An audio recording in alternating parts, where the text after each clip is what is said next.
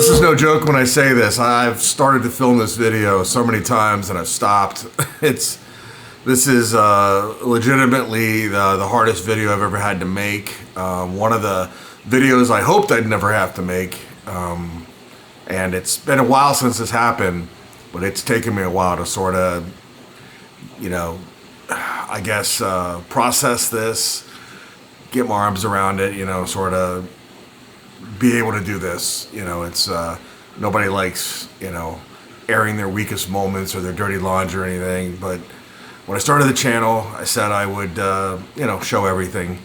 So I am going to keep my word and show everything. And this is one of those things I'm going to show you, but I wish to hell it never happened.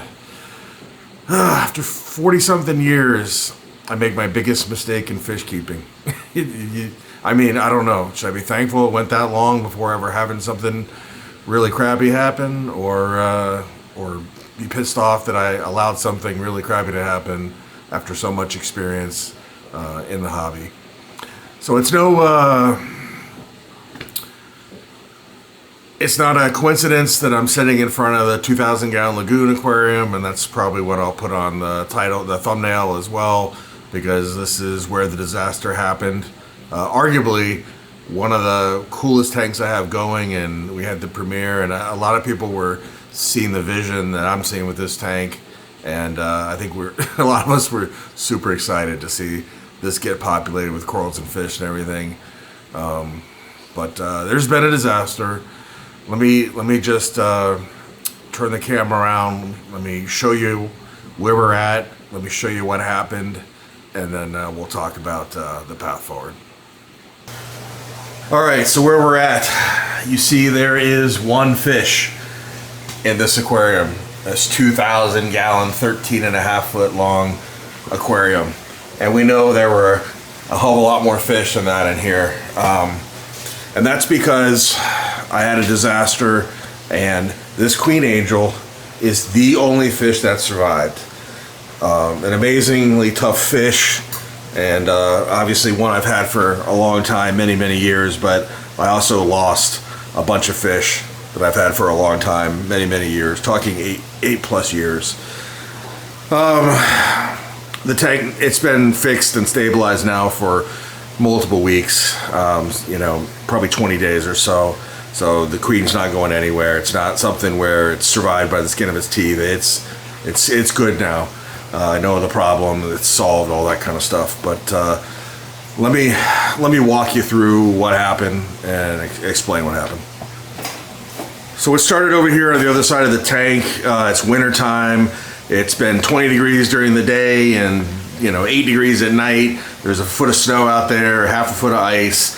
So you can see I've been working inside. So normally I work out in that area over there, but I've been working inside because of the temperature, and because of the snow and everything. I had done a Home Depot run, had my big boots on, and I was carrying heavy things through this area here when I kicked this power bank down here, and you can see there's one cord unplugged that looks just like the other cords, and that's going to come back and it's going to mean something. So I accidentally kicked that, and I was looking to my left and I saw the light go out here and I saw the light go out over here. So I was thinking I knocked out two power cords for the lights. No big deal. I put down the heavy stuff I had. I came over here, I saw two plugs unplugged, this one and this one, so I just plugged them in. I looked up, the lights came on, I saw a light over there. I was like, problem solved, didn't think about it. Turned around, back this way, back up the stairs, bring more things down to the aquarium basement. Okay? So now that's that night. In my mind, nothing's happened. Nothing at all has happened. I've just plugged lights back in. I plugged a light switch out, plugged it back in. I came down the next morning, picture this entire 2,000-gallon aquarium completely white. It looked like somebody had poured multiple gallons of milk in here. A couple of the fish were already dead on the ground, a couple of the tangs, but most of the fish were still alive. Only 2 or 3 tangs had died. Everyone else is still alive. The water is completely milky white. all the fish are breathing super heavy. I'm like, oh my gosh, what, you know, I mean, obviously, yeah, the first thing going through your head is how do I save these fish? And also what the hell is going on? So it turns out it was a gigantic bacterial bloom. I pretty quickly diagnosed that. I said, okay, I've got a massive bacterial bloom in here. I don't know what caused it yet, but I got to start fixing it. So the first thing I did is I want to go, let's do displacement. Let's put air stones in there. Let's crank up the oxygen because we know the bacteria and the bacterial bloom is using up all the oxygen in the tank. So let's introduce a ton of oxygen and let's start displacing water. So I have 3 of these mixing tubs with pumps and everything. I bring them in. You notice here, remember there used to be a giant stack of salt? Well, that's all that's left because over the course of multiple days, I changed out all the water in this aquarium with new salt water, not all at one time. So basically every hour I was doing about 80 gallons of new salt water, and I did that the whole first day, right? And the water got back to be clear. I came down the next morning, the water was clear again. All the fish that were breathing super heavy had calmed down. That, you know, everything seemed like it was getting back to normal. And I'm just thinking, wow, what, you know, what happened? You know, crisis. I lost 3 tangs. I displaced a bunch of water, but what caused this, right? I still have no idea what caused it. So the day progresses, and it's sort of, you see the fish getting worse and worse and worse. So I start up again, 80 gallons, you know, of new salt water on the hour, every hour, displacing another, you know, 800 gallons. So I'm 1,600 gallons in displaced. I'm going crazy looking around at everything, trying to figure out what did I do. I don't find anything with a filtration system down below. I don't ever store chemicals or anything crazy up top of the aquarium. I would never do that. So once again, you know, all this water gets changed out. And then the fish, you know, they respond positively, come down the 3rd day. It's like a repeat of the 2nd day, except for I had started to have coralline algae growing on the rocks, and the sand was clear, and you guys saw the sand clear and everything, and I don't think you saw the coralline growing, but all of a sudden, all the coralline algae is dying off. I'm starting to see diatom algae, which is a clear sign of a cycle happening again, and I'm like, how in the world could this thing be going through a massive cycle when it's been running for months and months and months? I've been transferring water back and forth because the fish, they were all in another system. You know, we went through a huge transfer before I even filmed the premiere. They'd been living in here for like 3 weeks, you know, so none of this is making any sense. And then, like I said, all the coralline algae. Let me take you around to the other side there. So if you look on this rock, you can see a level of coralline algae on there. That was basically starting everywhere throughout the whole tank. And then it was just disappear. The rocks looked, this has been a few weeks ago now, so the rocks looked basically, they were bleach white again. Now that's all starting to grow back again, the coralline and everything, and the entire sand bed was covered in diatoms. Now it's starting to get eaten up by the inverts and everything. So once again, I start changing out water frantically, and I'm just killing myself trying to figure out what the heck is going on. So you're thinking right by now, I'm sure you're thinking, dude, pull out the test kit, test the water. Well, I did do that, and the one thing I found, everything was perfect except for if I measured water coming in from the returns from the sump, I would get trace amounts of ammonia, and the pH in the alkalinity of the aquarium were completely crashed. We're talking in a saltwater tank, a pH of 4 and an alkalinity of like nothing. It's just completely tanked. So I'm like, all right, that's making sense here, in the sense that there's an acid in here that's just chewing away all of this coralline algae. Something acidic is affecting this aquarium because alkalinity, you know, crashing and pH super low. We've got an acidity problem. So I start looking around again, trying to figure out what's going on. You know, I'm trying to say with the sump, this is the return for the sump, and this sump is 33 feet long. It's a raceway. It goes down this way, back down this way, back down that way. The water enters all the way over on the other side, and there's just so much, it's so massive. There's so much bacteria down there, so much psychomedia. It's like, how could I possibly have ammonia coming out here? So I test the water straight out of the sump right in front of the pump and trace amounts of ammonia. And I'm just like, how is this possible? Then it hits me. I look over here. So this is the external protein skimmer for the aquarium. Now this hasn't run since this was a shark tank, since it had the big boys over there living in here. And I hadn't turned it back on because I had no need for it. Usually it takes the tank of this size around at least a year before I can even, think about utilizing the protein skimmer. It just doesn't need it because of how much live rock it has, how big the filter is.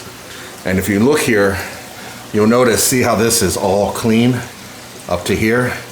This down here looked like that, just total, total biological schmegma. And normally you know a protein skimmer's on because you have this pump on over here. This is the one injecting all the air using a venturi and then through the plate down here, so it's noisy and it's just tons of bubbles. But this was crystal clear, and I realized, I was like, what in the hell? My protein skimmer's full of water. One of those plugs wasn't a light, it was the pump that sends water to the protein skimmer. And so I didn't think to check it because I didn't think I did anything with the protein skimmer, because I thought I was doing lights, and it was perfectly silent because the water was just in here, there was nothing to agitate it, right? It was just water coming in and then going out straight to the sump here. So that explained where the ammonia was coming from, because the water is delivered from right at the beginning of the sump. I forgot. I also added an absolute ton of nitrifying bacteria during all those water changes just to try to offset what was going on. I was trying everything, as you can imagine. I was stressed. So water is being drawn from this pump over to this external protein skimmer, which is why when I'm over here working, this is completely silent. The pump is over here, the air pump's not on, I'm not expecting this thing to be running, and then it's returning the water.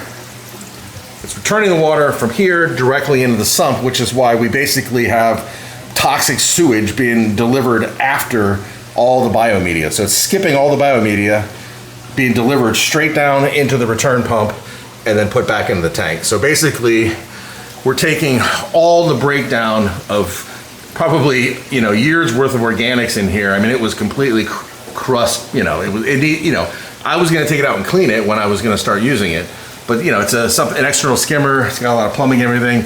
Wasn't going to bother with it during the winter. Something, let's take it out in the spring. I don't need it right now. I didn't think it's on. So all this organic schmegma is breaking down, and it's basically acid, right? So it's acid and it's ammonia and everything, and it's just getting injected straight into the tank. Now the tank has all that live rock and everything, so it's processing it and processing it and processing it. But the problem is, it's like having your fish living in your the part of the sump where all the breaking down of ammonia and nitrite and everything's taking place. That's supposed to take place in the filter and then return the clean water to the tank. The tank basically turned into a filter, so all of that business was taking place in here with the fish. So obviously I noticed that there's water in here, my heart sinks, I unplug it, it stops pushing the water through, and this is... So me figuring out what the problem is with the protein skimmer, turning off the pump, this is the fourth day. Again, every single day I've changed out over 800 gallons of salt water each day. I've put in those very expensive giant jugs of bacteria. I'm doing everything I can to combat this. I'm losing a few fish each day. It finally gets down to where I figure out the problem, I unplug the pump, and then again, change more water out. And at this point, the problem doesn't come back, right? Because the source of the problem has been solved.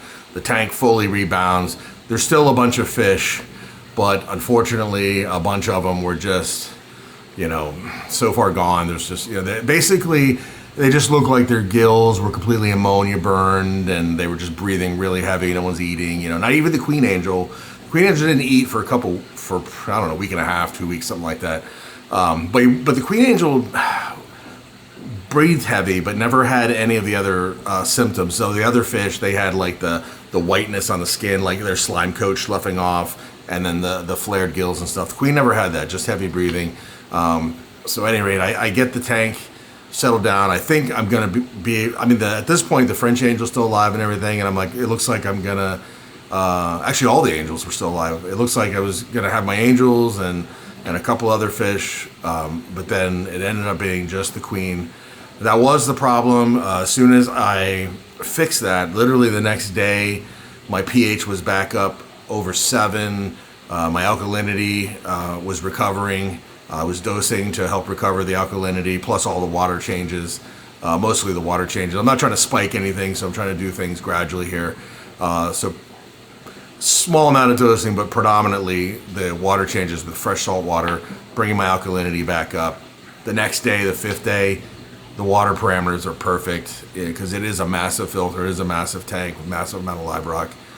Everything's perfect, and it's been like that ever since. And then it's been just between 2 and 3 weeks ago that I got to that point where I had solved the problem, recovered the tank, and was just sitting there shell-shocked. I mean, just kind of like, what in the hell? I mean, it's self-inflicted, but it's also a mistake that can make because there was no sound from the protein skimmer at all. It was full of water, so there was no water movement. It just looked like nothing was happening. There was no sound. I wasn't paying attention to it because in my mind, I hadn't touched the protein skimmer. I had no intention of touching the protein skimmer till the spring, and that intention was to disconnect it from the system, take it outside, and give it a full cleaning before I ever used it in here. So I'm not thinking to check it. It wasn't until I was just like, what could cause so much acid and waste to be injected into the tank? And that's when that's the only thing, right? So then I figured it out. I was like, oh my God, there's water in there. But then since then, over the last few weeks, the coralline algae is coming back. All the diatoms are getting eaten off by the cleaning crew. So I lost for the cleaning crew, I lost my serpent stars and my coral banded shrimp, those types of things. But the majority of the snails and hermit crabs were able to make it through. They just kind of burrowed down in the rocks and sand, and they just toughed it out. And they're back out doing their thing. So it's been, like I said, it's been a few weeks since that. It's been, it's recovered. So the problem is solved. The tank is, we're good. This, sorry, it's just thinking about this. I mean, it's upsetting. At the end of the day, I'm a big believer when you buy a fish or you get a cat or a dog or anything, you take on the responsibility to care for that animal, and I screwed up. So big time. I mean, by far the worst screw up I've ever had in my entire fish keeping journey over 40 years.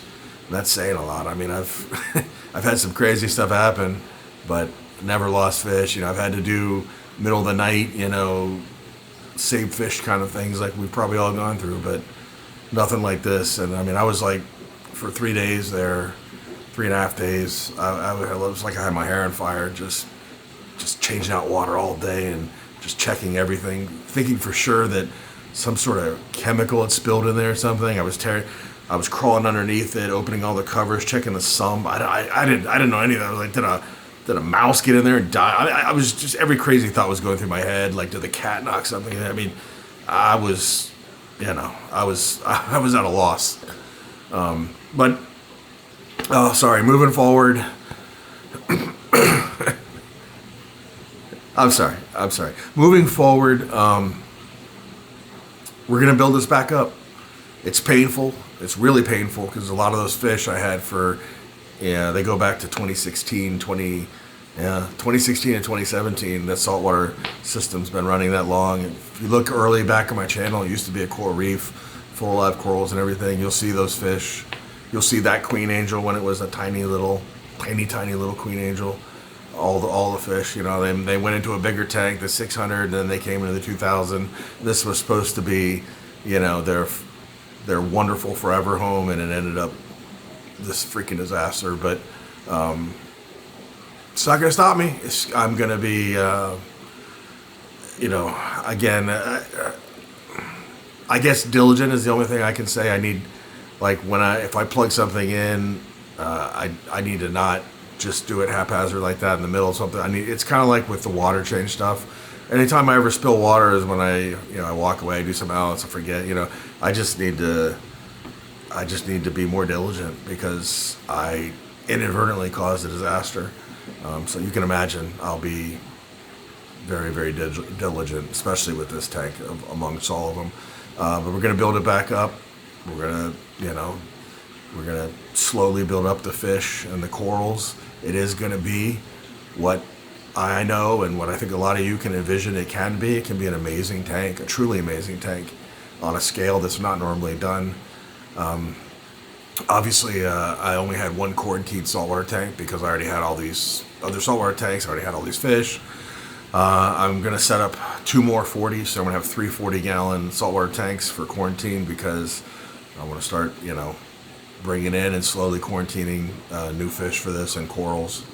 And we're gonna rise from the ashes of this tank, and hopefully 10 years from now we'll look back at this video and we're not gonna laugh, but at least we'll look at the tank 10 years from now and be like, man, look how far this thing came after that shit show back in January 26.